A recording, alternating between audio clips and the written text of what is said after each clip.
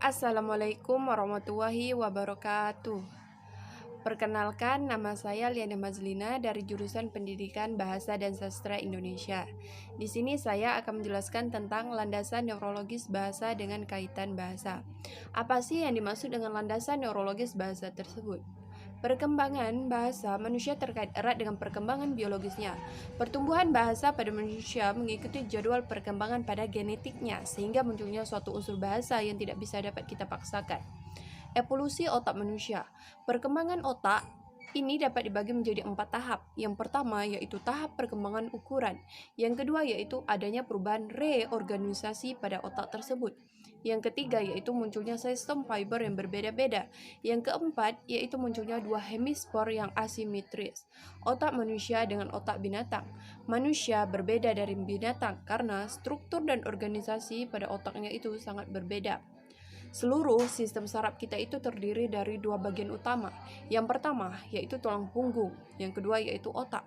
Sedangkan otak itu terdiri dari dua bagian. Yang pertama yaitu batang otak, yang kedua yaitu korteks cerebral. Batang otak terdiri dari bagian-bagian yang dinamakan medula, pons, otak tengah dengan cerebellum. Otak binatang.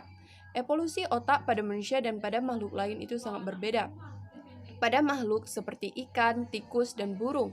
Pada makhluk lain seperti simpanse dan gorila juga tidak terdapat daerah-daerah yang dapat dipakai untuk memproses bahasa tersebut. Selanjutnya yaitu kaitan otak dengan bahasa. Otak itu memegang peran yang sangat penting dalam bahasa. Apabila input yang masuk adalah dalam bentuk lisan, maka bunyi-bunyi itu ditanggapi di lobe temporal. Peran hemisfer kiri dan hemisfer kanan. Pada saat manusia dilahirkan, pada kedua hemisfer itu belum ada lateralisasi, yakni belum ada pembagian tugas. Gangguan bicara. Apabila aliran pada otak yang cukup atau ada penyempitan pembuluh darah atau gangguan lain yang menyebabkan jumlah oksigen yang diperlukan berkurang, maka akan terjadi kerusakan pada otak. Penyakit yang disebabkan oleh pecahnya pembuluh darah, tersumbatnya pembuluh darah itu adalah penyakit stroke. Hipotese umur kritis. Sebelum mencapai umur belasan tahun, anak mempunyai kemampuan untuk memperoleh bahasa manapun yang disajikan padanya itu secara natif.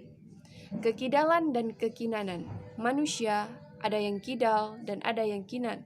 Sementara itu ada pula orang yang mampu menggunakan tangan kiri atau kanannya secara imbang. Orang semacam ini dinamakan dengan ambidextrous. Otak pria dan otak wanita. Perbedaan otak pria dan wanita terletak pada bentuknya, yakni hemisfer kiri pada wanita lebih tebal daripada hemisfer kanan. Keadaan seperti inilah yang menyebabkan kelas bahasa umumnya didominasi oleh wanita. Bahasa sinyal.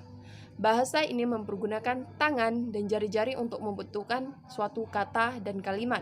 Bahasa sinyal itu sendiri ada beberapa macam. Di antaranya itu ada bahasa sinyal Amerika dan ada bahasa sinyal Inggris. Penggunaan bahasa sinyal memakai hemisfer kiri untuk bersinyal. Kalau yang rusak adalah hemisfer kanan, pada umumnya tidak akan terjadi gangguan. Baiklah, cukup sampai di sini penjelasan saya. Terlebih dan terkurang saya mohon maaf. Saya akhiri dengan wassalamualaikum warahmatullahi wabarakatuh.